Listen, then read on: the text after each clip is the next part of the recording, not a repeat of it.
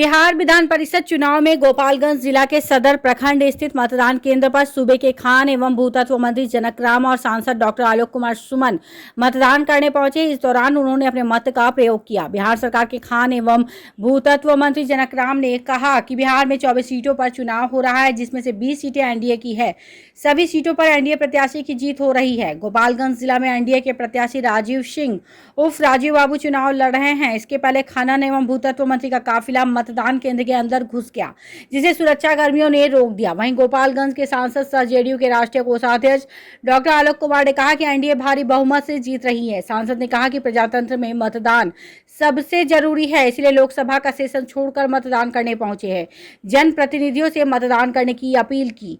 बता दें कि गोपालगंज में 14 प्रखंडों में मतदान केंद्र बनाए गए हैं, जहां पर 3732 वोटर मतदान करेंगे। कुल 6 प्रत्याशी चुनाव मैदान में हैं और शाम के 4 बजे तक मतदान की प्रक्रिया चलेगी। गोपालगंज से जमीरुल हक की रिपोर्ट। इस बार जीत के देख रहे हैं एनडीए की। सबसे पहले गोपालगंज के त्रिस्तरीय पंचायत चुनाव में जीत करके आए सभी मतदाता को मैं हृदय से अभिनंदन स्वागत करता हूं और बिहार के यशस्वी मुख्यमंत्री नीतीश कुमार जी के और देश के यशस्वी प्रधानमंत्री नरेंद्र मोदी जी के नेतृत्व में जो विकास की गतियां बढ़ रही है, तो मुझे लगता है कि सत्य, न्याय, प्रेम, बंधुत्व के आधार पे जो बिहार प्रदेश नीतीश कुमार जी के नेतृत्व में जो आत्मनिर्भर बिहार, आत्मनिर्भर भारत, जो रोटी, कपड़ा, मकान, आवास, शिक्षा, सुरक्षा के गारंटी बिहार के मुख्यमंत्री जी ने दिया है, उस आधार पर लोगों ने अपने मत का प्रयोग कर रहे हैं और ये जीत सुनिश्चित है।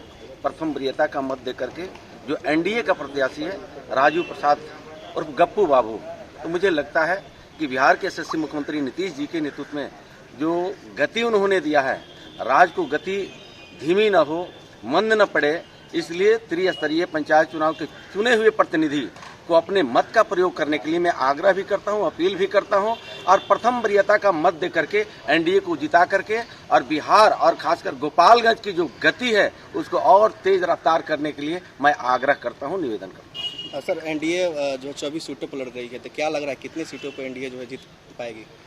ये 24 सीटें जो एनडीए का है उसमें 20 सीटें सिटिंग सीटें एनडीए का है। ये गोपालगंज में भी एनडीए का ही सीट है और बिहार में सर्वाधिक जो एनडीए का सीट है, एनडीए को तो जीतना ही है और त्रिस्तरीय पंचायत चुनाव में जीत करके आए हुए मतदाता एनडीए का है।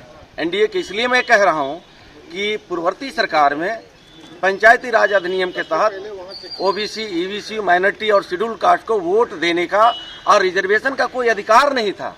ये तो एनडीए की सरकार आई, नीतीश कुमार जी मुख्यमंत्री बने, तब अति पिछड़े समाज को शेड्यूल कास्ट में ओबीसी और माइनॉरिटी के लोगों को पंचायती राज अधिनियम के तहत वोट देने का अधिकार मिला है और उन्होंने आज ब्लॉक प्रमुख, बीडीसी, वार्ड, जिला पार्षद, चेयरमैन बन करके और अपने आप को सम्मानित महसूस कर रहे हैं और जो अंतिम पंक्ति में समाज है उसको भी सम्मानित करने का एहसास कराया जा रहा है। कि प्रजातंत्र में मतदान का सबसे बड़ा इम्पोर्टेंस है। इसके तहत मैंने आकर सेशन चल रहा है, लेकिन फिर भी आकर मैंने मतदान किया और सब जो जनप्रतिनिधि चुने हुए हैं उनसे मैं अपील करता है कि सब लोग आकर समय पर मतदान अपना करें। प्रजातंत्र की यही सर, एनडीए को कितने सीटों पर सर? मैक्सिमम सीटों पर जीते, सबसे ज़्यादा जो सीट रहा एनडीए का वो तो रहेगा ही, एक्स्ट्रा। एक सर मुख्यमंत्री नीतीश कुमार का हो रहा था सर कि राज्यसभा में जाएंगे, वो क्या था ये सर? तो मुख्यमंत्री जी तो खुद खंडन कर दिए और हमारे बड़े बड़े नेता भी सब खंडन कर दिए हैं कि नहीं राजनीति वैसी कोई बात नहीं। एक सर बिहार में योगी मॉडल की बात उठ रही है कि योगी मॉडल होना चाहिए, इसे आप क्या देखते हैं, किस स्तर से देखते हैं?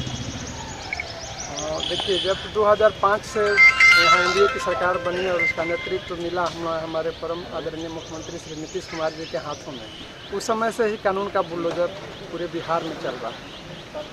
ये अलग से बुलडोजर की तो जरूरत नहीं है, बुलडोजर ऑलरेडी चल रहा है और फिजिकल बुलडोजर की ज़रूरत है तो आप खावे में देखे होंगे कि बुलडोजर चल ही रहा है, इसलिए वो तो 2005 से ही चल रहा है। ये विरोधी को सर साजिश है क्या? विरोधी का कुछ काम है कहना, कुछ कुछ कहते रहना, बेवजह कहते रहना, कुछ तार्किक चीज़ हो तो अच्छी लगती है, लेकिन विरोध करना है तो कुछ न कुछ उन्होंने बातें करनी। बीजेपी के लोग भी सर बोल रहे हैं प्रेस के लोग तो नहीं बोल रहे हैं, प्रेस तो जो कहता है वो लोग छाप देते हैं, दोनों पक्ष का पक्ष विपक्ष।